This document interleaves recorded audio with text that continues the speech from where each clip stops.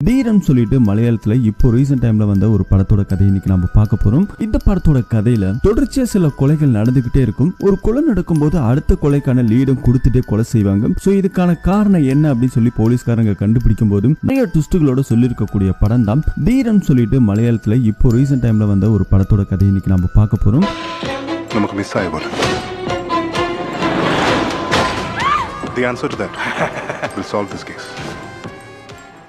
இந்த படத்தோட ஸ்டார்டிங் சீன்ல ஒரு போலீஸ்காரு ஒரு அக்யூஸ்ட துரத்திட்டு போயிட்டு இருக்க மாதிரி காமிக்கிறாங்க. அங்க நம்ம ஹீரோ ஒருத்தவங்களை சுட்டு கொலை பண்றாரு. சோ எதுக்காக இந்த கொலை எல்லாம் நடக்குது, யார் அப்படி சுட்டு கொலை பண்ணாருன்னு தெரியல. அப்படியே இங்க வந்துட்டு ஒரு கமிஷனர் ஆபீஸ காமிக்கிறாங்க. நம்ம ஹீரோ வந்துட்டு நேத்து சுட்டாரு இல்லையா, அதனால ஒரு கமிட்டியை வந்துட்டு ஏற்பாடு பண்ணி எதுக்காக சுட்டீங்க அப்படின்னு சொல்லிட்டு ஒரு என்கொயரி எல்லாம் போயிட்டு இருக்கு. சோ அப்ப நம்ம ஹீரோ முன்னுக்கு பின்னுமா சில பதில்களை சொல்லிக்கிட்டு இருக்க. அங்க இருக்கவங்களே கொஞ்சம் கோவப்பட ஆரம்பிக்கிறாங்க. அங்க இருக்கிற கமிஷனர் கிட்ட இந்த கேஸ் வந்துட்டு எதுல இருந்து ஆரம்பிச்சதுன்னு சொல்லிட்டு ஒரு பிளாஷ்பேக்கு நமக்கு இங்க காமிக்கிறாங்க.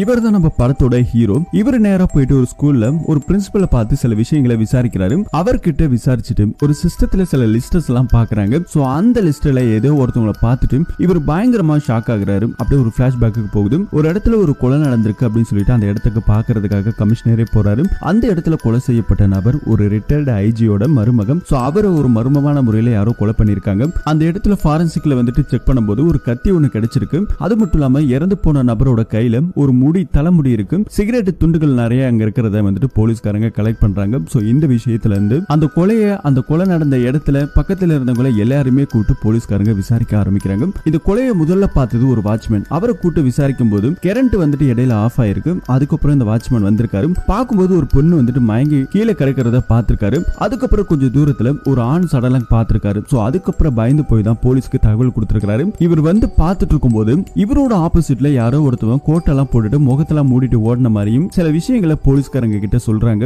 மயங்கி கிடந்த அந்த பொண்ணு தலையில பலமா அடிபட்டு இருக்கு. அதனால அந்த பொண்ணு ஹாஸ்பிட்டல்ல சேர்த்திருக்காங்க. சோ இப்போ இந்த விஷயம் எல்லாம் வந்துட்டு ரொம்ப தீயா பரவிட்டு இருக்கு. சோ அப்படி ஒரு காஃபி ஷாப்ல அங்க இருக்க ஒரு டிவில இந்த நியூஸ் எல்லாம் ஓடிக்கிட்டு இருக்கு. அதை வந்துட்டு ஒரு பொண்ணு பார்த்துட்டு இருக்கா. சோ அவகிட்ட இன்னொரு பொண்ணு வந்துட்டு இந்த மாதிரி இறந்து போனது ஜான் அப்படிங்கறத சொல்லிக்கிட்டு இருக்காங்க. சோ அப்ப இந்த பொண்ணு ஒரு மாதிரி ஷாக்கிங்கா பார்த்துட்டு இருக்கா. அடுத்த சீன்ல போலீஸ்காரங்க கொலை நடந்த இடத்துல ஒரு பொண்ணு மயக்கம் போட்டு விழுந்திருந்தா இல்லையா, அந்த பொண்ணு இப்ப ஹாஸ்பிட்டல்ல பார்க்கலான்னு போனா அந்த பொண்ணு எப்ப டிஸ்சார்ஜ் பண்ணிருக்காங்க. சோ உடனடியா அவங்களோட வீட்டுக்கு போகலாம்னு சொல்லிட்டு போலீஸ்காரங்க போக அந்த பொண்ணு வீட்டுல அவங்க அப்பா அம்மா இனிமே நீங்க இங்க இருக்க கூடாதுன்னு சொல்லிட்டு அந்த பொண்ணை வந்துட்டு வெளியூருக்கு அனுப்புறதுக்காக எல்லா ஏற்பாடு தயாரா இருக்கா. ஆனா அதுக்குள்ள அந்த பொண்ணு வீட்டை விட்டு வெளியே போற அடுத்த நிமிஷத்துக்குள்ள போலீஸ்காரங்க வராங்க. இந்த பொண்ணு கிட்ட வந்து விசாரிக்க ஆரம்பிக்கிறாங்க. இந்த கொலைக்கு உனக்கு என்ன சம்பந்தம், நீதா பண்ணியா அப்படிங்கிற நிறைய கோணத்துல வந்துட்டு இந்த கேஸை விசாரிச்சுட்டு இருக்கும்போது அந்த பொண்ணு என்ன நடந்துச்சு அப்படிங்கிற மாதிரி சொல்ல ஆரம்பிக்கிறாங்க. ஆக்சுவலி அந்த கொலை நடந்த இடத்துல இந்த பொண்ணு நின்று இருக்கா. இவங்களோட ஃப்ரெண்ட்ஸுகளோட சேர்ந்து கிளப்புக்கு போலாம்னு சொல்லி தான் போயிருக்காங்க. சோ அந்த உள்ள போயிட்டு டான்ஸ் ஆடுறது இதெல்லாம் எனக்கு பிடிக்காதுன்னு சொல்லிட்டு இந்த பொண்ணு கார்லயே உட்கார்ந்திருக்கா. மொபைல் நோண்டிட்டு இருக்கும்போது திடீர்னு கரண்ட் ஆஃப் ஆகுது.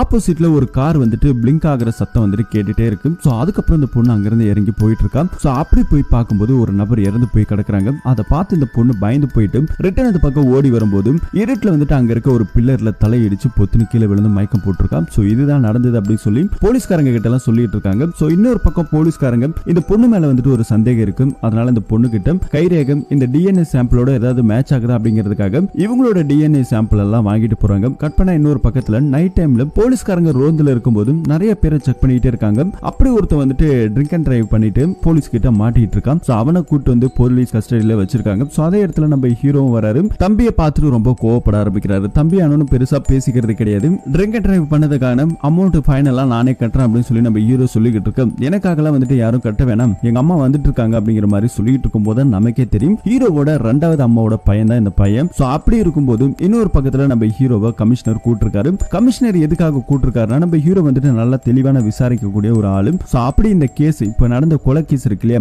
ஒரு ரிட்டையர்டு ஐஜியோட மருமகனை யாரோ மர்மமான முறையில கொலை பண்ணிருக்காங்க. இந்த கேஸை வந்துட்டு நாங்க நிறைய இடத்துல விசாரிச்சு பார்த்தோம். ஆனா எங்களால எதுவும் கண்டுபிடிக்க முடியல. அதனால இந்த கேஸை விசாரிச்சு கொலைகாரன் யார் அப்படிங்கறத கண்டுபிடிக்கணும் அப்படிங்கிற மாதிரி இந்த கேஸ் ஃபைலும் கூட வந்துட்டு 2 அசிஸ்டன்ட்டையும் போட்டு இந்த கேஸை விசாரிக்கிறதுக்காக கொடுத்திருக்காங்க. அதுக்கப்புறம் கொலை நடந்த இடத்துல நம்ம ஹீரோ போயிட்டு விசாரிக்க ஆரம்பிக்கிறாங்க. கொலை நடந்த இடத்துல கொலை செய்யப்பட்ட நபர் ஜான் அப்படிங்கிற பேர் மட்டும் தான் இருக்கு. சோ அதுக்கப்புறம் அங்க கிடைச்ச தடயங்கள் இதெல்லாம் வச்சுட்டு பார்த்துட்டு இருக்காரு. கொலை நடந்த இடத்துல நம்ம ஹீரோவோட இமேஜினேஷன் நடந்திருக்குது. அதாவது போலீஸ்காரங்க முதல்ல சந்தேகப்பட்டது ஒரே ஒரு பொண்ணு தான். அதுவும் அந்த கிளப்புக்கு போலான்னு சொல்லிட்டு ஒரு பொண்ணு இருந்தா இல்லையா, அந்த பொண்ணோட பேரு தியா. சோ தியா மேல நம்ம ஹீரோக்கு இப்போ ஒரு சந்தேகம் இருக்கு. என்ன நடந்திருக்கு அப்படிங்கறத அப்படியே ஒரு கண்ணை மூடி யோசிச்சு பார்க்க அந்த கிளப்ல வந்துட்டு இந்த தியாவும் ரிட்டையர்டு ஐஜி பையனும் அப்படியே போயிட்டு டான்ஸ் ஆடிட்டு இருக்க மாதிரியும் அவங்களுக்கு 2 பேருக்கும் ரொமான்ஸ் பண்ணலாம்னு சொல்லிட்டு 2 பேரும் வெளியே வந்துட்டு வந்துட்டு அவங்களோட கார்ல ஜாலியா இருந்துட்டு இருக்கும் போது இவங்களோட காருக்கு ஆப்போசிட்ல யாரோ நின்று இருக்க மாதிரி தெரியுது. அதுக்கப்புறம் தான் அந்த பையன் இறங்கி போயிருக்கான். ஏதோ ஒரு சத்தம் கேட்டிருக்கு, கரண்ட் ஆஃப் ஆயிருக்குன்னு தான் ரெண்டாவது இந்த பொண்ணு போய் பார்க்கும்போது அந்த நபர் கொலை செய்யப்பட்டதை பார்த்துட்டு தான் இந்த பொண்ணு அங்கிருந்து தலை திரிக்க ஓடி இருக்கா. சோ இதுதான் நடந்திருக்கு அப்படிங்கறத நம்ம ஹீரோ வந்துட்டு தெளிவா கண்டுபிடிச்சிட்டாரு. ஆனா இப்ப போலீஸ்காரங்களுக்கு இன்னொரு ஷாக்கு. இந்த தியா பொண்ணு மேல தானே சந்தேகம் இருந்தது. ஆனா இப்ப அந்த பொண்ணோட டிஎன்ஏ சாம்பிள் வச்சுட்டு செக் பண்ணி பார்க்கும்போது கூட இந்த டிஎன்ஏ சாம்பிளோட பெருசா எதுவுமே மேட்ச் ஆகல. சோ அதுக்கப்புறம் திரும்ப நம்ம ஹீரோ அந்த பொண்ணு கிட்ட போயிட்டு ஹீரோ வந்துட்டு கெஸ் பண்ணார் இல்லையா, சோ இதுதானே நடந்துச்சு, எதுக்காக மறைக்கிறீங்க அப்படின்னு சொல்லி கேட்கும்போது அந்த பொண்ணு வந்துட்டு ஒத்துக்கிட்டான். ஆனா வீட்டுல தெரிஞ்ச ஏதாவது பிரச்சனை ஆகும், தேவையில்லாம பிரச்சனை வந்துடும் அப்படிங்கிறதுக்காக தான் நான் இந்த மாதிரி சொன்னேன்னு சொல்லிட்டு அந்த பொண்ணு உண்மையை சொல்ல. சோ இப்போ அந்த பொண்ணு சஸ்பெக்ட் லிஸ்ட்ல இருந்து தூக்குறாங்க. சோ டிஎன்ஏ ஓட சாம்பிளும் ஒன்னும் பெருசா மேட்ச் ஆகல, அதனால இது அப்படியே விடுறாங்க. அதுக்கப்புறமா வந்துட்டு இறந்து போன அந்த ஜான் இருக்கா இல்லையா, அவன் மேல கொஞ்ச நாளைக்கு முன்னாடி ஒரு பொண்ணு வந்துட்டு கம்ப்ளைண்ட் கொடுத்திருக்காங்க. சோ எதுக்காக கம்ப்ளைண்ட் கொடுத்தாங்க, ஏன் கம்ப்ளைண்ட் கொடுத்தாங்க, என்ன பிரச்சனை அப்படிங்கிறது தெரியல. அந்த பொண்ணு வந்துட்டு ஒரு காஃபி ஷாப் வச்சு நடத்திட்டு இருக்காங்க. அந்த பொண்ணோட பேரு ராதிகா. இப்ப ராதிகாவை கூப்பிட்டு விசாரிக்க ஆரம்பிக்கும் போது எதுக்காக கேஸ் கொடுத்தீங்க, அவனுக்கு உனக்கு என்ன பிரச்சனை சொல்லி கேட்கும் போது அவன் யாரு அப்படிங்கிறது எனக்கு தெரியாது, ஆனா எங்க காஃபி ஷாப்ல வந்துட்டு ஒரு நாள் உட்கார்ந்து இருக்கும் போது ஒருத்தவங்க ரெண்டு பேரும் சண்டை போட்டுக்கிட்டாங்க. அதுல ஒருத்தவன் ஜானும் இன்னொருத்தன் அவனுக்கு தெரிஞ்ச அவனை நிறைய பொருள் எல்லாம் உடைச்சிட்டாங்கன்னா நான் கம்ப்ளைண்ட் கொடுத்தேன், மத்தபடி அவனுக்கு எனக்கு எந்த பிரச்சனையுமே கிடையாது அப்படிங்கிற மாதிரி இது ஒரு விஷயத்தை வந்துட்டு நம்ம ராதிகா ஹீரோ கிட்ட சொல்ல ஆரம்பிக்கிறாங்க. அடுத்ததா போலீஸ்காரங்க இறந்து போன அந்த ஜான் கிட்ட சண்டை போட்டான் இல்லையா, அவனோட பேரு கிரண். சோ கிரண் எங்க இருக்கான் அப்படின்னு சொல்லிட்டு அவனோட வீட்டுக்கு போயிட்டு பாக்குறாங்க. சோ அந்த வீட்லயே பவர் இல்ல, காணாம போயிருக்காரு.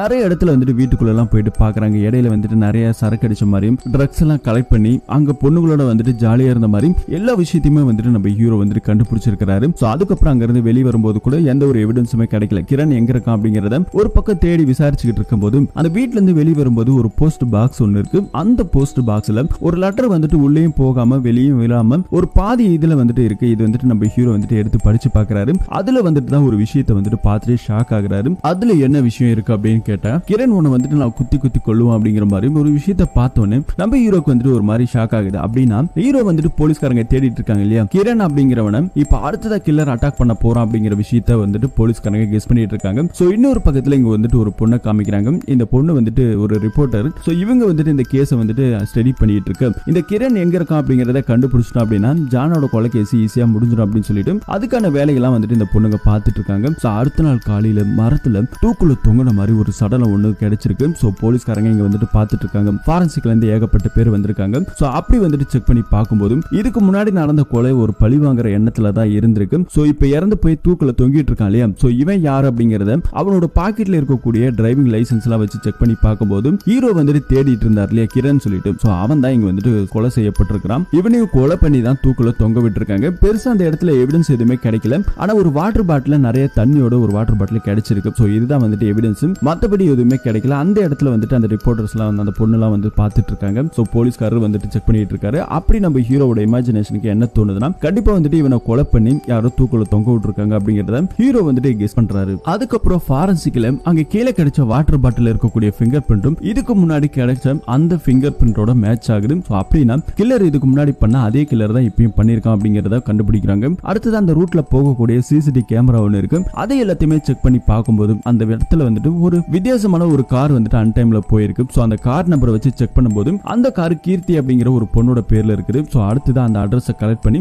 போலீஸ்காரங்க அங்க போயிட்டு விசாரிக்கும் போது தான் தெரியுது கிரணோட தங்கச்சி பேர் தான் கீர்த்தி. சோ அந்த பொண்ணு தான் இந்த காரை வந்துட்டு எடுத்துட்டு போயிருக்கிறாளா அப்படின்னு சொல்லிட்டு போலீஸ்காரங்க சந்தேகத்துல கேட்கும்போது வேலை விஷயமா தான் போயிருக்கிறாங்க அப்படிங்கறத விசாரணையில தெரிய வருது. அதுக்கப்புறம் போலீஸ்காரங்க அங்க இருந்து சந்தேகத்தோட கிளம்பும் போது அந்த கிரண் இருக்கா இல்லையா, அவரோட அப்பா வந்துட்டு ஒரு கார்டு ஒண்ணு கொடுக்குறாரு. அது இன்ஸ்டன்டா எடுக்கக்கூடிய அதே போட்டோல தான் அந்த போட்டோல கிரண் வந்துட்டு நான் கொல்லாம விட மாட்டேன் அப்படிங்கறத எழுதி வச்சிருக்கான் கில்லர். சோ அந்த போட்டோவை வந்துட்டு ஹீரோ கையில கொடுக்க இந்த ஹேண்ட் ரைட்டிங் எல்லாமே வந்துட்டு சேம் ஒரே பேட்டர்ன்ல இருக்குது. அப்படின்னா கில்லர் வந்துட்டு ஒரே ஆளு அப்படிங்கறத கண்டுபிடிச்சிருக்காங்க. அது மட்டும் இல்லாம அந்த சிகரெட் துண்டுல இருக்கக்கூடிய ஃபிங்கர் பிரிண்ட் வந்துட்டு எல்லாமே வந்துட்டு பாத்தீங்கன்னா ஒரு லேடிஸோடது அப்படிங்கறத வந்துட்டு போலீஸ்காரங்க எங்க விசாரணையில கண்டுபிடிக்கிறாங்க. சோ கில்லர் ஒரு லேடி அப்படிங்கறத கண்டுபிடிச்சிட்டு போலீஸ்காரங்க பயங்கர டென்ஷன்ல இருக்கும்போது இன்னொரு சீனை ஒண்ணு நமக்கு இங்க காமிக்கிறாங்க. எம்எல்ஏ பையன் வந்துட்டு போதைக்கு ரொம்ப அடிமையா இருக்கான். சோ அவன் வந்துட்டு ட்ரக்ஸ் எல்லாம் எடுத்துக்கிட்டு ஒரு இடத்துக்கு வந்துட்டு கொடுக்கணும் அப்படிங்கிறதுக்காக கார் எடுத்துட்டு போயிட்டு இருக்க போலீஸ்காரங்க வந்துட்டு நிக்கிறத பார்த்து பயந்து அடிச்சு அவன் கார் எடுத்துட்டு வேகமா ஓடிட்டு இருக்கான். சோ அவனை வந்துட்டு போலீஸ்காரங்க ட்ரேஸ் அவுட் பண்றாங்க. ஆனா ஒரு கட்டத்துல அவன் எந்த பக்கம் போனா அப்படிங்கறதே போலீஸால கண்டுபிடிக்க முடியல.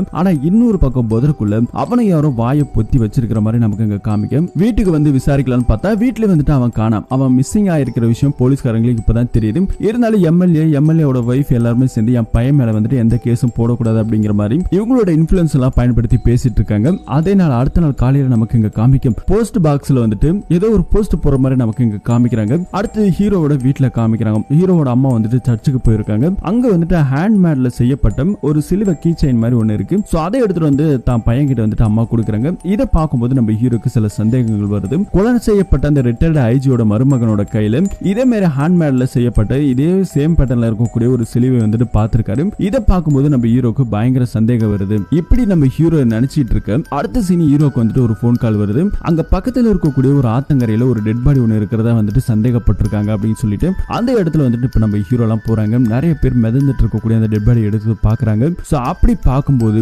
எம்எல்ஏவோட பையன் தான் இங்க வந்துட்டு இறந்து போய் கிடக்குறான். சோ இதை பார்த்தோன்னே நம்ம ஹீரோக்கு பயங்கர ஷாக் ஆகுது. ரிப்போர்ட்டர்ஸ் எல்லாம் வந்துட்டு நிறைய பேர் கேள்வி மேல கேள்வி கேட்டு பயங்கரமா சாகடிச்சிட்டு இருக்காங்க. இந்த கேஸ் வந்துட்டு ரொம்பவே வைரலா போகுது. இந்த பக்கத்துல வந்துட்டு போலீஸ்காரங்க எல்லாருமே கூட நின்று பேசிட்டு இருக்காங்க. இப்படி பேசிட்டு இருக்கும்போது ஹீரோக்கு வந்துட்டு நிறைய சந்தேகங்கள் வருது. ஒவ்வொரு இடத்துல கொலை நடக்கும் போதும் அடுத்ததா கொலை நடக்க போற அந்த இடத்த வந்துட்டு சிம்பாலிக்கா வந்துட்டு ஒரு குழுவை கொடுத்துட்டு தான் கொலையாளி அங்கிருந்து தப்பிச்சு போறான். இதுக்கு முன்னாடி நடந்த அந்த தூக்குல தொங்கின இடத்துல ஒரு வாட்டர் பாட்டில தண்ணி இருந்திருக்கும். சோ அந்த வாட்டர் பாட்டில் தண்ணி வந்துட்டு பாத்தீங்கன்னா ஒரு ஆத்தங்கரையை குறிக்குது. சோ இப்ப எம்எல்ஏவோட பையன் இறந்து போயிருக்கான் இல்லையா? சோ அந்த இடத்துல வந்துட்டு தேடி பார்க்கும்போது ஒரு சின்ன கார் பொம்மை ஒண்ணு கிடைச்சிருக்கு. சோ அப்படின்னா நெக்ஸ்ட் கொலை பண்ற இடம் ஒரு கார்ல வச்சுதான் நடக்க போகுது அப்படிங்கறத நம்ம ஹீரோ வந்துட்டு கெஸ் பண்ணிருக்காரு. அதுக்கு முன்னாடி இந்த கொலையை எப்படி தடுக்கிறது அப்படிங்கறத போலீஸ்காரங்க நிறைய கோணத்துல வந்து விசாரிச்சு பாக்குறாங்க. ஆனா ஒரு குழு கூடமே கிடைக்கல. அப்படி வந்துட்டு கடைசியா அந்த எம்எல்ஏவோட பையன் மிஸ்ஸிங் ஆனா அந்த காரை ஃபாலோ பண்ணிட்டு போனாங்க இல்லையா? அந்த சிசிடிவி கேமரா வந்துட்டு செக் பண்ணி இருக்கும்போது அதுல வந்துட்டு ஒரு புல்லட் பைக் ஒன்னு கிராஸ் ஆயிருக்கு. சோ அந்த பைக் நம்பர் வந்துட்டு செக் பண்ணி பார்க்கும்போது அந்த பொண்ணு வேற யாருமே கிடையாது. அந்த காஃபி ஷாப் வச்சு நடத்திட்டு இருந்தா இல்லையா ராதிகா? சோ அந்த பொண்ணு தான் இருந்திருக்கான். சோ அந்த பொண்ணை கூப்பிட்டு வந்து இப்ப கஸ்டடியில வச்சு விசாரிக்க ஆரம்பிக்கிறாங்க. இந்த பொண்ணுகிட்ட எதுக்காக இந்த கொலையெல்லாம் பண்ணன்னு சொல்லி விசாரிக்கும் போது இந்த பொண்ணு வந்துட்டு ஒரு கதையை சொல்ல ஆரம்பிக்கிறான். இந்த பொண்ணு அவனை கொலை பண்ணணுங்கிற எண்ணத்துல தான் இருந்திருக்கா. பிளாஷ்பேக்ல வந்து பாத்தீங்கன்னா இந்த ராதிகாக்கு வந்துட்டு ஒரு தங்கச்சி ஒருத்தி இருந்திருக்கான். அவ காலேஜ் படிச்சிருக்கான். அப்படி இருக்கும்போது இந்த எம்எல்ஏ பையன் அந்த பொண்ணை கரெக்ட் பண்ணி கிளப்புக்கு கூட்டிட்டு போய் அந்த பொண்ணு கிட்ட நிறைய கொக்கைன் எல்லாம் கலந்து கொடுத்து அந்த பொண்ணை மயக்கி அந்த பொண்ணு கிட்ட தப்பா நடந்து அந்த பொண்ணு அன்டைம்ல போதையோட வந்துட்டு ரோட்ல விட்டுட்டு போயிருக்கான். சோ அதுக்கப்புறம் அந்த பொண்ணு நிலத்தடுமாறி ஒரு வந்த லாரி குறுக்க போயிட்டு தெரியாம நின்னு அந்த லாரி இடிச்சு சம்பவ இடத்துல அந்த பொண்ணு இறந்து போயிருக்கான். சோ இத பழி வாங்குறதுக்காக தான் நான் அவனை கொலை பண்ணணும் போனேன். அந்த காரை வந்துட்டு ஃபாலோ பண்ணிட்டே போனேன். ஒரு கடத்துல வந்துட்டு ஸ்லிப் ஆகி இந்த பொண்ணு கீழே விழுந்திருக்கிறா. அதுக்கப்புறம் அவன் எந்த பக்கம் போனா அப்படிங்கறத இந்த பொண்ணால கெஸ் பண்ண முடியாம விட்டுட்டு வந்துட்டேன். இதுதான் நடந்தது அப்படிங்கிற மாதிரி இந்த பக்கத்துல போலீஸ் கிட்ட ஸ்டேட்மெண்ட் கொடுக்குறாங்க. அடுத்தது ஐஜி வந்துட்டு கூப்பிடுறாரு, விசாரிக்கிறாரு. இந்த கேஸ் வந்துட்டு இன்னும் எத்தனை நாளைக்கு தான் வந்துட்டு இழுத்துட்டே போகும் அப்படிங்கிற மாதிரி விசாரிச்சுக்கிட்டு இருக்காங்க. அடுத்தது இறந்து போன அந்த எம்எல்ஏ பையன் இருக்கான் இல்லையா? அவனோட லேப்டாப்ல வந்துட்டு நிறைய ஏதாவது எவிடன்ஸ் க்ளூ ஏதாவது கிடைக்குதா அப்படிங்கிற மாதிரி போலீஸ்காரங்க செக் பண்ணிட்டு இருக்கும்போது அதுல ஒரு பயங்கரமான ஒரு விஷயம் இருந்திருக்கு. என்ன அப்படின்னா ஒரு 4 பேர் சேர்ந்து ஒரு பொண்ணை வந்துட்டு ரேப் பண்ணிருக்காங்க சாக்கு மூட்டையில கட்டி. சோ அப்படி பண்ணது இவனுக்கு தான். இவனுக்கு மேல வந்துட்டு ஒரு கேஸ் வந்துட்டு இருந்திருக்கு. ஆனா இன்ஃப்ளூயன்ஸை பயன்படுத்தி இவனுக்கு எல்லாமே வெளியே வந்திருக்கிற விஷயம் நம்ம ஹீரோக்கு தெரிஞ்சிருக்கு.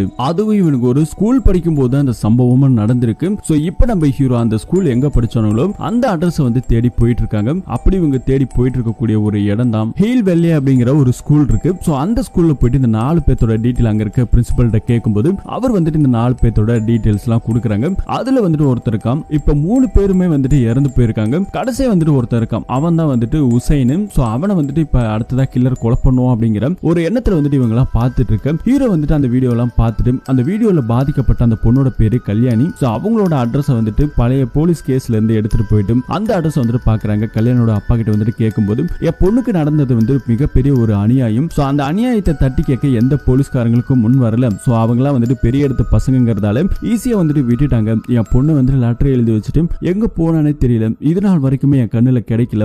எங்க இருக்காளோ என்ன ஆனாலும் இருக்காளா செத்துட்டாளா அப்படிங்கறது கூட எனக்கு தெரியலன்னு சொல்லி ரொம்ப வருத்தப்பட்டு அழுதுகிட்டு இருக்காரு. சோ அந்த இடத்துல அவளோட போட்டோ கிடைக்குமா சொல்லிட்டு கல்யாணி அப்பா கிட்ட கேட்கும்போது அவர் அப்பா வந்துட்டு ஒரு போட்டோ எடுத்துட்டு வந்து நம்ம ஹீரோ கையில கொடுப்பாரு. கொடுத்த அடுத்த செகண்ட் நம்ம ஹீரோக்கு தலை வெடிச்சு போற மாதிரி ஒரு ட்விஸ்ட். என்ன அப்படின்னா இதுக்கு முன்னாடி வந்துட்டு ஒரு ரிப்போர்ட்டரா ஒரு பொண்ணை நமக்கு காமிப்பாங்க ராதிகான்னு சொல்லிட்டு. அந்த பொண்ணோட பேரு ராதிகாவே கிடையாது. அந்த பொண்ணோட பேரு கல்யாணி. சோ அந்த பொண்ணோட போட்டோ இங்க பார்க்க நம்ம ஆளுக்கு குண்டை தூக்கி போட்டுருச்சு. அப்ப ரிப்போர்ட்டரா இருந்துட்டு தான் எல்லா கொலையும் பண்ணிருக்கா அப்படிங்கறத போலீஸ்காரங்க கண்டுபிடிச்சு இப்ப அந்த பொண்ணை தேடி போயிட்டு இருக்காங்க. அதே இடத்துல வந்துட்டு அந்த பொண்ணு சிகரெட் குடிச்சிட்டு ரொம்ப மாசா வந்துட்டு எல்லாத்தையும் பேக் பண்ணிட்டு அங்க இருந்து கிளம்பி போறா. அவ கூட வந்துட்டு ஒரு திருநங்கை பொண்ணு ஒண்ணு இருப்பான். அவளுக்கே தெரியாம அங்க இருந்து எஸ்ஐ போயிருப்பான். சோ இப்ப அந்த வீட்டுக்கு நம்ம போலீஸ்காரங்க போயிட்டு விசாரிக்கிறாங்க. எங்க அந்த கல்யாணி அப்படிங்கிற மாதிரி கேட்க இவளுக்கு வந்துட்டு தெரியல கல்யாணி தான் அவளோட உண்மையான பேரு அப்படிங்கிறது தெரியல. அவ வந்துட்டு ஒரு ரிப்போர்ட்டரா வந்துட்டு அப்பப்போ பார்ட் டைம் ஜாப்ல நிறைய வேலைகள்லாம் பண்ணிட்டு இருப்பான். மத்தபடி எனக்கு எதுவுமே தெரியாது சார் அப்படிங்கிற மாதிரி இந்த திருநங்கை பொண்ணு சொல்லுது. அவ தங்கியிருந்த ரூம் எல்லாம் பார்க்கும்போது இதுக்கு முன்னாடி கொலை செய்யப்பட்ட அந்த கேஸுக்கான டீடைல்ஸ் எல்லாமே அவளோட வீட்டுல சேகரிச்சு வச்சிருக்காங்க. இப்ப அடுத்ததா வந்துட்டு உசைன் சொல்லிட்டு ஒருத்தவன் தானே இருக்கான். சோ அவனை கூப்பிட்டு வந்து நம்ம ஹீரோ கஸ்டடியில வச்சுட்டு விசாரிக்கிறாங்க. இவனு வந்துட்டு ஒரு பெரிய இடத்து பையன் தான். இவன் வந்துட்டு நிறைய கொலை நடந்த போட்டோஸ் எல்லாம் காமிக்கிறாங்க. அடுத்தது கண்டிப்பா அவனை கொலை பண்ணுவான், உனக்கு தெரிஞ்சது ஏதாவது இருந்தா கண்டிப்பா சொல்லிடு அப்படிங்கிற மாதிரி சொல்லும்போது அவன் வந்துட்டு ஒன்னும் பெருசா சொல்லவே இல்லை. அங்கிருந்து இன்ஃபுளுன்ஸை பயன்படுத்தி அவன் அங்கிருந்து ஈஸியா வெளியே வந்துட்டான். சோ அதுக்கப்புறம் நம்ம ஹீரோக்கு இந்த உசைனை வந்துட்டு பாதுகாக்கிறது வேலை. சோ கில்லர் வந்துட்டு அடுத்ததான் அவனை கொல்லுவான். அவனை கொல்ல வரும்போது கண்டிப்பா நம்ம பிடிச்சிடலாம் சொல்லி அவனோட வீட்டுக்கிட்ட போயிட்டு நிறைய போலீஸ்காரங்களோட வெயிட் பண்ணிட்டு இருக்காரு. அப்படியே அந்த பழைய வீடியோ எல்லாம் பார்த்துட்டு இருக்க நம்ம ஹீரோக்கும் ஒரு விஷயம் சிங்க் ஆகுது. அந்த வீடியோல இருக்கிறது 4 பேர் அந்த பொண்ணை மாத்தி மாத்தி ரேப் பண்ணிருக்காங்க. ஆனா கடைசியா இது எல்லாத்தையுமே வீடியோ எடுத்திருப்பான்ல அவன் யார் அப்படிங்கிற ஒரு கேள்வி நம்ம ஹீரோக்கு வருது. அங்கதான் வந்துட்டு இன்னொரு டிஸ்டா காமிக்கிறாங்க. சோ அந்த வீடியோ எடுத்தது இன்னொருத்தன் இருக்கான். சோ அவன் யார் அப்படிங்கறத தெரியல. இப்ப நேரா உசைன் வீட்டுக்கே போயிடுறாரு. அவனை அடிச்சு கேட்டா கூட அவன் சில விஷயத்த சொல்ல மாட்டேங்கிறான். ஆனா கடைசியா துப்பாக்கி வச்சு மிரட்டதுக்கு அப்புறம் தான் பயந்து போயிட்டு ஒரு விஷயத்த சொல்றான். சோ இவனோட ஃப்ரெண்ட் இன்னொருத்தர் இருக்கான். அவனோட பேரு லியோன். சோ அவன் தான் அது அப்படிங்கறதையும் சொல்லிட்டாங்க. சோ இப்ப அவனோட அட்ரஸ் எங்க இருக்கு அப்படிங்கிற மாதிரி கேட்டு அந்த இடத்துக்கு போறதுக்குள்ள அந்த இடத்துல நமக்கு இங்க காமிக்கிறாங்க. சோ லியோன் எங்க காமிக்கிறாங்க. லியோன் வந்துட்டு ஒரு பிசினஸ் பண்ணிட்டு இருக்கான். அந்த இடத்துல எல்லாத்தையும் லாக் பண்ணிட்டு கிளம்பும் போது ஏதோ உருட்டுற சத்தம் வந்துட்டு பெருசா கேட்கும். அது உள்ளுக்குள்ள போய் பார்க்கும்போது தான் அங்க வந்துட்டு கில்லர் ரெடியா இருக்கான். கோட் ஷூட் எல்லாம் போட்டுட்டு முகம் வந்துட்டு ஒண்ணு பெருசா தெரியல. அவனை அடிச்சு போட்டுட்டு அங்க இருந்து பைக் எடுத்துட்டு கிளம்பும் போதுதான் நமக்கு இங்க ஒரு விஷயத்த காமிக்கிறாங்க. சோ அங்க இருந்து கிளம்புறது ஒரு பையன் கிடையாது, ஒரு பொண்ணு தான். சோ ஹீரோ கெஸ் பண்ண மாதிரி கில்லர் வந்துட்டு ஒரு பொண்ணு தான். சோ இப்ப அந்த இடத்துல வந்துட்டு நம்ம ஹீரோக்கு தகவல் கிடைச்சிருக்கு, கொலை நடந்துச்சுன்னு சொல்லிட்டு அது ஒரு கார்ல வந்துட்டு உட்கார வச்சு கொலை பண்ணிட்டு போயிருக்காங்க.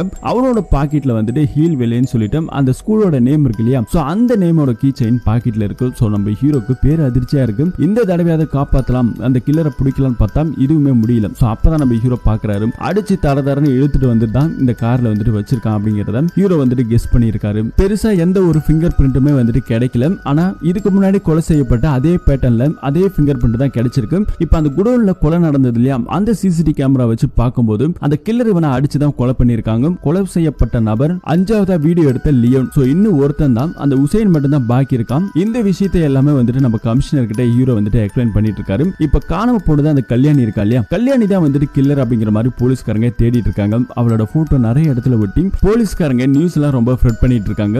இன்னொரு பக்கம் போலீஸ்காரங்க அந்த கீ செயின் ஒன்னு கிடைச்சது இல்லையா, நம்ம ஹீரோ எடுத்துட்டு போய் அந்த ஸ்கூல்ல கேட்டு இந்த கீ செயின் வந்துட்டு உங்க ஸ்கூல்ல கொடுக்கறது கீ செயினா அப்படின்னு சொல்லி கேட்டா கண்டிப்பா இது எங்களோட ஸ்கூல் இது கிடையாது அப்படிங்கறத அங்க இருக்கவங்களும் சொல்றாங்க. 15 வருஷமா எக்ஸ்பீரியன்ஸ் இருக்கு, இந்த மாதிரியான கீ செயின் நாங்க எங்க ஸ்கூல்ல கொடுத்ததே இல்லை அப்படின்னு சொல்லிட்டு அந்த ஸ்கூல்ல சொல்லும்போது நம்ம ஹீரோக்கு ஒண்ணுமே புரியல, என்னடா இது அப்படின்னு சொல்லிட்டு. இருந்தாலும் இப்ப பாக்கி இருக்கிறது ஒருத்தவன் தான். சோ அந்த ரேப் பண்ண பொண்ணு கல்யாணி தன்னை ரேப் பண்ணவங்கள பழி வாங்குறதுக்கு தான் இந்த கொலையெல்லாம் பண்றாரு சொல்லிட்டு ஹீரோ இன்னும் மிச்ச மீதி ஒருத்தன் தானே இருக்கான் உசைன். சோ அவனை வந்துட்டு ஃபாலோ பண்ணிட்டு இருக்காங்க. சோ அவன் வந்துட்டு ஜிம் எல்லாம் முடிச்சுட்டு ரிட்டர்ன் கார்ல கிளம்பி போயிட்டு இருக்கும்போது போலீஸ் டீம் அவனை ஃபாலோ பண்ணிட்டு தான் வந்துட்டு இருக்காங்க. இன்னொரு பக்கத்துல இவன் போலீஸ்காரங்களை பார்க்காம கார் எடுத்துட்டு வேகமா வந்துட்டு இருக்கும்போது ஒரு கடத்துல அந்த பொண்ணு கல்யாணி குறுக்க நிக்கிறான். அவனை பார்த்தோன்னே இந்த உசனுக்கு பயங்கர கோவம் வருது. காரை விட்டு அவரை ஏத்தி கொலை பண்ணிடலாம்னு சொல்லிட்டு வேகமா போக அவ ஜஸ்ட் மிஸ்ல நவந்து போறா. அவ இருக்கிற இடமே தெரியல. கார் விட்டு இறங்கின அடுத்த நிமிஷம் அவளை அட்டாக் பண்ண இந்த கல்யாணி வேகமா போக அவன் வந்துட்டு கத்தியை கரெக்டா கேட்ச் பண்ணிட்டான். சோ இப்ப 2 பேருக்கும் பயங்கர சண்டை நடக்குது. ஒரு கட்டத்துல இந்த கல்யாணி கத்தி எடுத்து அவன் நெஞ்சில சொருகலான்னு போகும்போது ஹீரோ வந்துட்டு மடக்கி பிடிக்க ஆரம்பிக்கிறாங்க.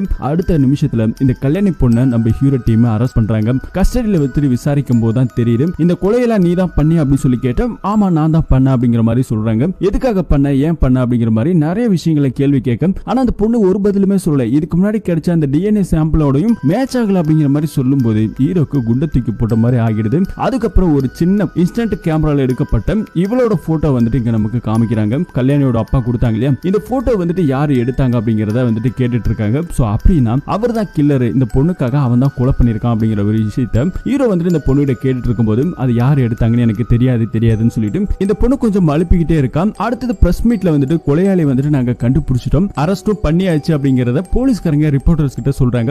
அடுத்தது அந்த திருநங்கை இருக்காங்க இல்லையா, அவங்க கிட்ட போயிட்டு விசாரிக்கிறாங்க. இந்த கல்யாணிக்கு யாராவது க்ளோஸ் ஃப்ரெண்ட் இருக்காங்களா அப்படி சொல்லி கேட்டா அந்த மாதிரி எதுவுமே கிடையாது அப்படிங்கறத சொல்றாங்க. ஹீரோ யார் இந்த போட்டோவை எடுத்திருப்பான், இவளோட டிஎன்ஏவோட மேட்ச் ஆகலையா அப்படிங்கிற இந்த ஒரு விஷயத்தை நோண்டிட்டு இருக்கும்போது அந்த போட்டோவை பார்த்துட்டு இருக்க நம்ம ஹீரோக்கு ஒரு ஷாக். என்னன்னா அந்த போட்டோ எடுக்கும்போது அந்த பொண்ணு நின்னுட்டு இருக்க பின்னாடி விண்டோ கிளாஸ் இருக்கு இல்லையா, அதுல இந்த பொண்ணு போட்டோ எடுத்துறோட நபரோட ஃபேஸ் கட்டு தெரியுது. இதை வந்துட்டு கண்ணாடியில வச்சு பாக்குறாரு, ஆனா ஒன்னும் பெருசா தெரியல. அதுக்கப்புறம் ஒரு போட்டோகிராஃபரை வர வச்சு அதை ஜூம் பண்ணி அதை கிளாரிட்டி பண்ணி கொடுக்கும் போது தான் தெரியுது ஹீரோக்கு ஒரு பேர் அதிர்ச்சி. என்னன்னா அவரோட தம்பி தான் வந்துட்டு அந்த போட்டோவை எடுத்திருக்கான். சோ இப்ப நேரம் தன்னோட தம்பியை போயிட்டு விசாரிக்க ஆரம்பிக்கிறாங்க. விசாரிக்கும் போது அவன் ஒரு விஷயத்த சொல்றான். இவன் வந்துட்டு ஊட்டியில இருக்கக்கூடிய ஒரு காலேஜ்ல படிச்சிருக்கான். அப்ப வந்துட்டு இவங்கிட்ட இன்ஸ்டன்டா எடுக்கக்கூடிய அந்த கேமராவே இருந்திருக்கு. இவன் ஹாஸ்டல்ல தான் தங்கி படிச்சிருக்கான். அந்த ஹாஸ்டல்ல முடியாதவங்க, வயசானவங்க, பணக்காரங்கல இருந்து ஏகப்பட்ட பேர் படிச்சிருக்காங்க. அப்படி படிச்சுட்டு இருக்கும்போது ஒரு கட்டத்துல இந்த தேயிலை தோட்டத்துல வந்துட்டு இலை பறிக்கிறவங்களை வந்துட்டு போட்டோ எடுத்து இருந்திருப்பான். அப்போ வந்துட்டு அதே ஊரை சேர்ந்த இந்த கல்யாணி வந்துட்டு கிராஸ் ஆயிருப்பான். ஆனா என்னையும் வந்துட்டு ஒரு போட்டோ எடுத்து கொடுங்கன்னு சொல்லி கேட்டிருப்பான். சோ அப்படிதான் அந்த போட்டோ வந்து எடுத்து கொடுத்திருக்காங்க. சோ அதுக்கப்புறம் என்ன நடந்துச்சு அப்படிங்கிறது தெரியல அப்படிங்கிற மாதிரி சொல்றான். ஹீரோ திரும்ப போட்டு அடிக்க ஆரம்பிக்கிறாரு. ஏன்னா என்ன அடிக்கிறேன்னு சொல்லி கேட்கும் போதுதான் இதுக்கு முன்னாடி அந்த கொலை நடந்து வந்துட்டு நான் உன்னை இப்படி கொலை பண்ணுவேன், குத்தி கொலை பண்ணுன்னு சொல்லிட்டு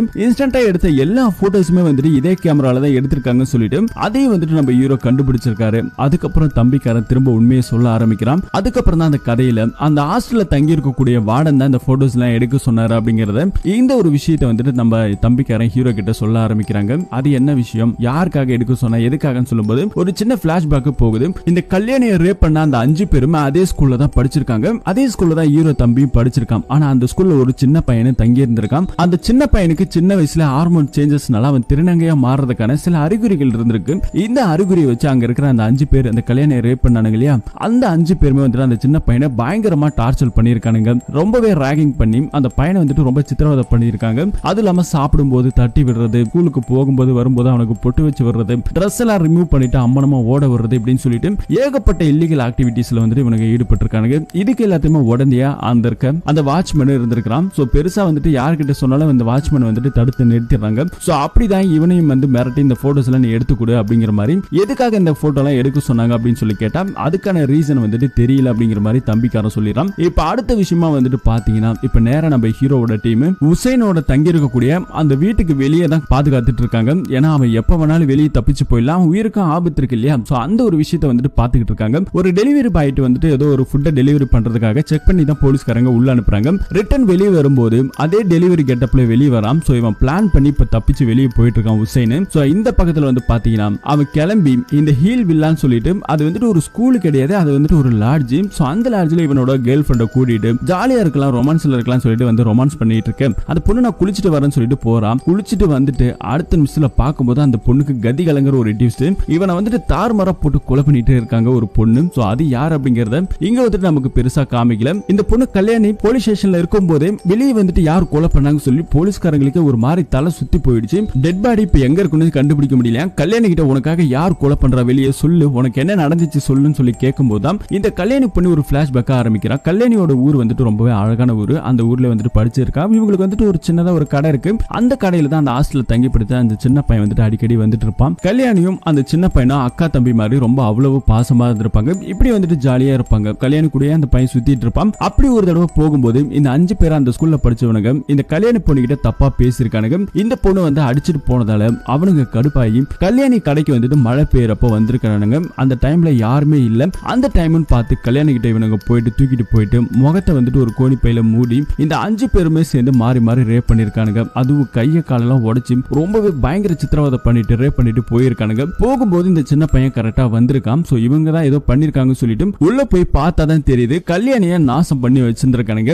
இத பார்த்து இந்த சின்ன பையன் பயங்கரமா அழுது இருக்கிறான். ஆனா இந்த பிரச்சனை நடந்ததுக்கு அப்புறம் நான் அந்த ஊர்லயே கிடையாது, நான் கிளம்பி வந்துட்டேன். அந்த சின்ன பையனுக்கு என்ன நடந்துச்சு, என்ன ஆச்சு அப்படிங்கறதும் எனக்கு வந்துட்டு தெரியாது அப்படிங்கிற மாதிரி இந்த ஒரு விஷயத்தை கல்யாணி ஸ்டேட்மெண்டா கொடுக்குறாங்க. அடுத்ததா வந்துட்டு நம்ம ஹீரோட டீம் கமிஷனர்ட்ட சொல்லிட்டு அந்த ஸ்கூல் இருக்கு இல்லையா, அந்த ஸ்கூலோட பிரின்சிபல் கிட்ட போயிட்டு விசாரிக்க ஆரம்பிக்கிறாங்க. விசாரிக்க ஆரம்பிக்கும் போது அவன் வந்துட்டு எங்களுக்கு தெரியாதுன்னு சொல்ல அதுக்கப்புறம் அடிச்சு மிரட்டும் போது அந்த சின்ன பையனோட டீட்டெயிலும் அந்த 5 பேரோட டீட்டெயிலும் உண்மையை சொல்ல ஆரம்பிக்கிறாங்க. அதே ஏரியால இருக்கக்கூடிய முன்னாடி இருந்த எஸ்ஐ வந்துட்டு இந்த பிரின்சிபல் வந்துட்டு பாத்துருக்காங்க. உங்க ஸ்கூல்ல படிக்கக்கூடிய அந்த 5 பேரும் கல்யாணிங்கிற ஒரு பொண்ணை வந்துட்டு ரேப் பண்ணிருக்கானுங்க. இதுக்கு சாட்சியை வந்துட்டு ஒரு சின்ன பையன் வந்துட்டு கம்ப்ளைண்ட் கொடுத்திருக்கான். அந்த பார்த்தா இல்லையா, அந்த பையன் வந்து தான் இந்த பொண்ணை ரேப் பண்ணிட்டாங்க சொல்லிட்டு கம்ப்ளைண்ட் கொடுத்திருக்கான். அது மட்டும் இல்லாம இந்த விஷயம் வெளியே தெரிஞ்சுச்சுன்னா கண்டிப்பா உங்க ஸ்கூலை இழுத்து மூடிடுவோம். அதுவும் அந்த 5 பேர் இருக்கானுங்க இல்லையா, அவனுக்கு எல்லாமே பெரிய எடுத்து பசங்க. உங்க ஸ்கூல் பேரும் அவங்களோட பேரும் நாரி போயிடும் அப்படின்னு சொல்லும்போது இந்த விஷயத்தை வந்துட்டு வெளியே தெரியாம இருக்கிறதுக்கு என்ன பண்ணணும்னு சொல்லி கேட்டா அந்த போலீஸ்காரன் லஞ்சம் வாங்கியிருக்கான். லஞ்சம் வாங்கிட்டு இவங்களுக்கு சப்போர்ட்டா இருந்திருக்கான். அந்த சின்ன பையன் வந்துட்டு ஸ்டேட்மெண்ட் கொடுத்துட்டானே, அவன் வேற எங்கேயாவது போய் சொல்லிட்டா என்ன பண்றேன்னு சொல்லி கேட்டேன். அதை வந்துட்டு நான் பாத்துக்கிறேன்னு சொல்லி இந்த போலீஸ்காரங்க தான் பிளான் பண்ணி அங்க இருக்கிற ஸ்கூல் மேனேஜ்மெண்ட் கிட்ட அவன் வந்துட்டு ஒரு பைத்தியக்காரன மாதிரி கிரியேட் பண்ணுங்க, அவன் வந்துட்டு ஒரு மனநலம் பாதிக்கப்பட்டவன் மாதிரி ஆக்குங்க அப்படிங்கிற மாதிரி பிளான் பண்ணி தான் இந்த பையனை வந்துட்டு இவனுக்கு டார்ச்சர் பண்ணிருக்கானுங்க. இந்த விஷயத்தை எல்லாமே அங்க இருக்க பிரின்சிபல் சொல்லியாச்சு. அடுத்த நிமிஷம் வந்துட்டு பாத்தீங்கன்னா அந்த போலீஸ்காரர் முன்னாடி வந்துட்டு இந்த கேஸை விசாரிச்சார் இல்லையா, அவரை போயிட்டு நம்ம ஹீரோ பார்த்துட்டு பயங்கரமா திட்டி விசாரிக்கும் போதுதான் தெரியாம பண்ணிட்டேன் சார் அப்படிங்கிற மாதிரி இந்த ஒரு விஷயத்த சொல்றேன். இப்ப அந்த பையன் எங்க இருக்கா அப்படின்னு சொல்லி கேட்டா அந்த பையன் வந்துட்டு ஒரு மனநல பாதிக்கப்பட்டவன், இங்க மேல இருந்து கீழே விழுந்தா இறந்துட்டான் அப்படிங்கிற மாதிரி ஒரு விஷயத்த சொல்ல உடனே ஹீரோக்கு வந்துட்டு பயங்கர ஷாக்கிங் ஆகுது. சோ அந்த பையன் வந்துட்டு இறந்து போயிட்டானா. இது வரைக்கும் நம்ம ஹீரோ என்ன நினைச்சாருன்னா, இந்த கல்யாணி பொண்ணுக்காக அந்த சின்ன பையன் தான் திருநங்கையா மாறி லேடி கெட்டப்ல வந்துட்டு எல்லாத்தையும் கொலை பண்ணிட்டு இருக்கான்னு நினைச்சாரு. இப்ப அந்த பையனே வந்துட்டு இறந்து போயிட்டாரு இல்லையா. அதுக்கப்புறம் இந்த கொலை யார் பண்றாங்க அப்படின்னு சொல்லிட்டு ஹீரோ வந்துட்டு பயங்கரமா விசாரிச்சுட்டு இருக்கும் போதுதான் இங்க வந்துட்டு நமக்கு ஒரு ட்விஸ்ட் ஓபன் பண்றாங்க. சோ ஆக்சுவலா அந்த கொலையை பண்றது யார் அப்படின்னு பார்த்தா இங்க இருக்க அந்த சின்ன பையன் இருக்காங்க இல்லையா, அவங்களோட அம்மா தான் வந்துட்டு இந்த கொலையெல்லாம் பண்றாங்க. சோ இந்த ஒரு விஷயத்தை வந்துட்டு அந்த ஸ்கூல் மேனேஜ்மெண்ட்ல இருக்க பிரின்சிபல் தான் போன் பண்ணி நம்ம ஹீரோக்கே சொல்லுவாரு. சோ அவங்க அம்மா கூட என்ன இருக்காங்க, அவங்கள விசாரிச்சு பாருங்க அப்படிங்கிற மாதிரி சொல்லும் போதுதான் ஹீரோக்கு வந்துட்டு இங்க ஒரு விஷயத்த சிங்க் ஆகுது. சோ அதுக்கப்புறம் நிறைய விஷயத்த நமக்கு இங்க காமிக்கிறாங்க. ஆக்சுவலி அந்த சின்ன பையன் இருக்கா இல்லையா, அவங்க அம்மாவுக்கு வந்துட்டு நிறைய கடன் பிரச்சனை ஆயிருக்கும். அவங்க அப்பா விட்டுட்டு போனதால அந்த கடனை அடைக்கிறதுக்காக வர போறவங்க அந்த அம்மா கிட்ட தப்பா நடந்துக்க பார்ப்பாங்க. இதனால தங்கியிருந்த அந்த பெரிய வீட்டை வித்து கடனை அடைச்சிருக்காங்க. இருந்தாலும் வந்துட்டு அவங்களால அதுல இருந்து மீண்டு வெளியே வர முடியல. அதனால இந்த சின்ன பையனை கொண்டு போயிட்டு ஹாஸ்டல்ல சேர்த்திருக்காங்க. ஹாஸ்டல்ல சேர்த்த உடனே கூட அந்த பையன் ரொம்ப வேண்டாம் வேண்டாம் சொல்லியிருக்காங்க. அந்த பையன் வந்துட்டு ஒரு பெண்ணா மாறணுங்கிறது அம்மாக்கே தெரியும். இதனாலேயே வந்துட்டு அம்மா வந்துட்டு பெருசா அக்செப்ட் பண்ணிட்டாங்க. இருந்தாலும் வந்துட்டு அந்த பையன் ஹாஸ்டல் தங்கும் போது அவனை வந்துட்டு பயங்கரமா கிண்டல் பண்றது, கேலி பண்றது அப்படின்னு சொல்லிட்டு இந்த ஒரு விஷயத்த போயிட்டே இருந்திருக்குது. நிறைய தடவை அந்த சின்ன பையன் வந்துட்டு என்னால இங்க இருக்க முடியலமா, நான் என்ன வந்துட்டு கூட்டிட்டு போயிடுமா அப்படிங்கிற மாதிரி ஏகப்பட்ட வாட்டி சொல்லியிருக்கான். இருந்தாலும் இந்த அம்மாக்காரங்க காது கொடுத்து கூட கேட்கல. ஒரு தடவை பிரின்சிபல்லே வந்துட்டு இந்த 5 பேருமே நிக்க வச்சு உங்க பையன் வந்துட்டு ஒரு மென்டல் அப்படின்னு சொல்ல வச்சுட்டாரு. அதுக்கப்புறம் அவனோட கையில நிறைய கையெல்லாம் கிழிச்சு வச்சிருக்கான், நெத்தியில வந்துட்டு பொட்டு வைக்கிற மாதிரி கிழிச்சு வச்சிருக்கான். இதெல்லாம் பாருங்க, அவன் வந்துட்டு ஒரு மனநல பாதிக்கப்பட்ட மாதிரி இருக்கான் அப்படிங்கிற மாதிரி நிறைய விஷயத்த சொன்னோடனே இந்த பையனை கூப்பிட்டு பயங்கரமா திட்டி அதுக்கப்புறம் அனுப்பிச்சிருக்காங்க. கடைசியில வந்துட்டு அந்த பையன் மாடியில இருந்து விழுந்து சூசைட் பண்ணி இறந்து போயிருக்கான். இப்ப அடுத்தது நம்ம ஹீரோ நேரா அந்த ஸ்கூல்ல அந்த பையன் தங்கியிருந்த அந்த ரூமுக்கு போறாங்க. அந்த ரூம்ல வந்து பாத்தீங்கன்னா ஒரு நோட் இருக்கு. அந்த நோட்ல இவனோட போட்டோஸ், நிறைய போட்டோஸ் ஒட்டி வச்சிருக்கான். கடைசி வந்துட்டு அவங்க அம்மாவோட போட்டோ எல்லாம் ஒட்டி வச்சிருக்கான். அப்படின்னா இன்னும் வந்துட்டு ஒருத்தர் பாக்கி இருக்காங்க. அது யாரு அப்படின்னா இந்த ஹாஸ்டல் வார்டன். சோ அவன் தான் வந்துட்டு இதுக்கெல்லாம் சப்போர்ட் பண்ண இல்லையா, அவனையுமே வந்துட்டு அவங்க கொலை பண்ணுவாங்க அப்படிங்கிற நோக்கில தெரிஞ்சுக்கிட்டு நம்ம ஹீரோ அடுத்துதான் அந்த வார்டனை தேடி போறாங்க. வார்டனையும் பிடிச்சிடலாம். இப்ப கடைசியா வந்து பாத்தீங்கன்னா அந்த அம்மாக்காரங்களும் பிடிச்சலாம் சொல்லிட்டு தான் நம்ம ஹீரோ போவாரு. அந்த சின்ன பையன் கடைசியா எங்க விழுந்து இறந்தானோ அதே இடத்துக்கு கெஸ் பண்ணி போறாரு. நம்ம ஹீரோ கெஸ் பண்ண அதே மாதிரி அந்த சின்ன பையனோட அம்மாவை அங்க காமிக்கிறாங்க, அந்த வார்டனையும் காமிக்கிறாங்க. ஹீரோ வந்து துப்பாக்கி வச்சு நின்னுட்டு இருக்காரு. கிட்ட வந்தீங்கன்னா கண்டிப்பா அவனை கொலை பண்ணிடும் சொல்லி மிரட்டிட்டு இருக்க ஒரு கட்டத்துல ஹீரோ வந்துட்டு சுட ஆரம்பிச்சிட்டாரு. சுட்டதை யாருன்னு பார்த்தா அந்த சின்ன பையனோட அவங்க அம்மாவை சுட்டிருக்காரு. அப்படியே அவங்க அம்மா கீழே விழுந்து இறந்து போக அடுத்ததான் வந்துட்டு அந்த வார்டனுக்கு நெஞ்சில வந்துட்டு அந்த அம்மா கத்தியால குத்தி இருக்கும். சோ அதுக்கப்புறம் ஹாஸ்பிட்டல் வச்சு ட்ரீட்மெண்ட் எல்லாம் பார்த்துட்டு இருக்காங்க. போலீஸ்காரங்க அவங்க கிட்ட விசாரிக்கும் போது நான் பண்ணது எல்லாமே தப்புங்கிறத அந்த அம்மா கிட்ட நான் மன்னிப்பு கேட்டுட்டேன் அப்படிங்கிற மாதிரி நடந்த விஷயத்தை எல்லாமே வந்துட்டு சொல்ல ஆரம்பிக்கிறான். இவன் சொல்லும் போது அந்த அம்மா ஒரு நாள் கூப்பிட்டு உங்க பையன் வந்துட்டு திருநங்கையா மாறதுக்கான அறிகுறி எல்லாம் இருக்கு, அதுக்காக அந்த 5 பேர் ரேக்கிங் பண்ணல, ஆனா உங்க பையன் ஒரு விஷயத்த பார்த்தான், அந்த கல்யாணிங்கிற பொண்ணு 5 பேர் ரேப் பண்ணிட்டானுங்க, அதை பார்த்துட்டு போலீஸ் கிட்ட போயிட்டு சொன்னா உங்க பையன் தான் வந்து அதுக்கு விட்னஸ். சோ இந்த விஷயத்தெல்லாம் தெரிஞ்சுக்கிட்டு அந்த 5 பேரும் பணக்காரனுங்க, அதனாலதான் உங்க பையனை பயங்கரமா கொடுமைப்படுத்திருக்கானுன்னு சொல்லிட்டு ட்ரெஸ் அவுத்தது, கையில கிழிச்சது, பொட்டு வச்சு கிழிச்சது, பாத்ரூம்ல கொண்டு போய் வச்சு மூக்க வச்சு அமுக்கி இந்த மாதிரி ஏகப்பட்ட விஷயத்தை அந்த அளவுக்கு கொடுமையெல்லாம் வந்துட்டு அவனுக்கு பண்ணிருப்பானுங்க. இந்த ஒரு விஷயத்தை கேட்டு இந்த அம்மாவால தாங்கிக்க முடியல, தான் பையனை இந்த அளவுக்கு கொடுமைப்படுத்திட்டானுங்களே, அந்த கல்யாணிக்கு வேற இந்த மாதிரி அநியாயம் நடந்துருச்சுன்னு சொல்லிட்டு இதை பழி தீர்க்கிறதுக்காக தான் இந்த அம்மா காலத்துல இறங்கி இருக்காங்க அப்படிங்கிற விஷயத்தை இந்த வார்டன் வந்துட்டு ஸ்டேட்மெண்டா கொடுத்துட்டாங்க. ஆல்மோஸ்ட் இப்ப அவங்களும் இறந்து போயிட்டாங்க. இந்த கேஸ்ல சம்பந்தப்பட்ட எல்லாருமே இறந்து போயிட்டாங்க. இந்த கேஸ் க்ளோஸ் ஆகுது. ஆனா நம்ம ஹீரோ வந்துட்டு அந்த பொண்ணை சுட்டார் இல்லையா, அந்த சின்ன பையனோட அம்மா, அது வந்துட்டு தப்பு இல்லையா. சோ அதனால வந்துட்டு போலீஸ்காரங்க இவர் வந்துட்டு கஸ்டடியில் வச்சுட்டு விசாரிக்கிறாங்க. உங்க மேல பெருசா ஆக்ஷன் எல்லாம் எடுப்போம் அப்படிங்கிற மாதிரி சொல்லிட்டு வெளியே வரும்போது கமிஷனர் கிட்ட சில விஷயத்த சொல்றாங்க. நான் நியாயப்படி என்ன செய்யணுமோ அதை தான் வந்துட்டு செஞ்சிருக்கேன்னு சொல்லிட்டு கிளம்பி போறாரு. ஹீரோ வந்துட்டு ஏதோ விஷயத்தை வந்துட்டு மறைக்கிறாரு அப்படிங்கறத நம்ம கமிஷனரால புரிஞ்சுக்க முடியுது. இங்க பயங்கரமான மழை பெஞ்சிட்டு இருக்க நம்ம ஹீரோ வந்துட்டு ஒரு விஷயத்தை யோசிச்சு பாக்குறாரு. ஆக்சுவலி அந்த வார்டன் இருக்கார் இல்லையா, அவர் வந்துட்டு அந்த சின்ன பையன் தான் வந்துட்டு இது எல்லாத்தையுமே எழுதியிருக்கான். அவன் மனசுல இருக்கக்கூடிய அந்த வெறி, கோபங்கள் எல்லாமே இதான் வந்துட்டு போட்டோ எடுத்திருக்காங்க ஹீரோவோட தம்பி. இந்த போட்டோஸ் எல்லாமே எடுத்துட்டு போய் தான் வார்டன் அவங்க அம்மா கிட்ட, அந்த சின்ன பையனோட அம்மா கிட்ட கொடுத்திருக்காங்க. கடைசி அந்த சின்ன பையனோட டைரி இருக்கு இல்லையா, அந்த டைரியில அவன் எழுதுனது என்னன்னா, என்னோட அம்மாவுமே வந்துட்டு கொல்லணும் அப்படிங்கிற மாதிரி அவங்க அம்மாவை ரொம்ப வெறுத்து இருக்கிறான். என்ன காரணம் அப்படின்னா, பல தடவை வந்துட்டு இந்த பையன் வந்துட்டு சொல்லியிருக்கான், வந்துட்டு என்ன வந்துட்டு இங்க இருந்து கூட்டிட்டு போமா, என்னால முடியல அப்படிங்கிற மாதிரி. ஆனா அவங்க அம்மா வந்துட்டு அதை வந்துட்டு பெருசா கண்டுக்கல, பெருசா வந்துட்டு அவங்க வந்துட்டு கேர் பண்ணிக்கல. அதனால ஐ வாண்ட் டு கில் அப்படின்னு சொல்லிட்டு அவன் வந்துட்டு அந்த டைரியில அந்த நோட்ல எல்லாம் எழுதி கிறுக்கி வச்சிருக்கிறதெல்லாம் பார்த்துட்டு அதுக்கப்புறம் தான் வந்துட்டு இவர் வந்துட்டு நம்ம ஹீரோ அந்த இடத்துல சுட்டதுக்கான காரணமே அதுதான். சோ அந்த சின்ன பையன் ஆசைப்பட்ட மாதிரி இவங்களையுமே வந்துட்டு சுட்டுட்டாரு. ஆனா அந்த அம்மா இருக்காங்க இல்லையா, அவங்க அம்மா சாகும்போது அப்படியே ஒரு விஷயத்தை யோசிக்கிறாங்க. அந்த சின்ன பையன் மொட்டை மாடியில நின்று கத்திட்டு இருக்கான். தான் பையனுக்கு நம்ம இந்த ஒரு அநியாயத்தை பண்ணிட்டோமேங்கிற ஒரு சாகும்போது கூட ஒரு சந்தோஷமா தான் அந்த அம்மா செத்து போறாங்க. சோ அப்படியே இந்த படத்தோட ஸ்டோரியை முடிக்கிறாங்க.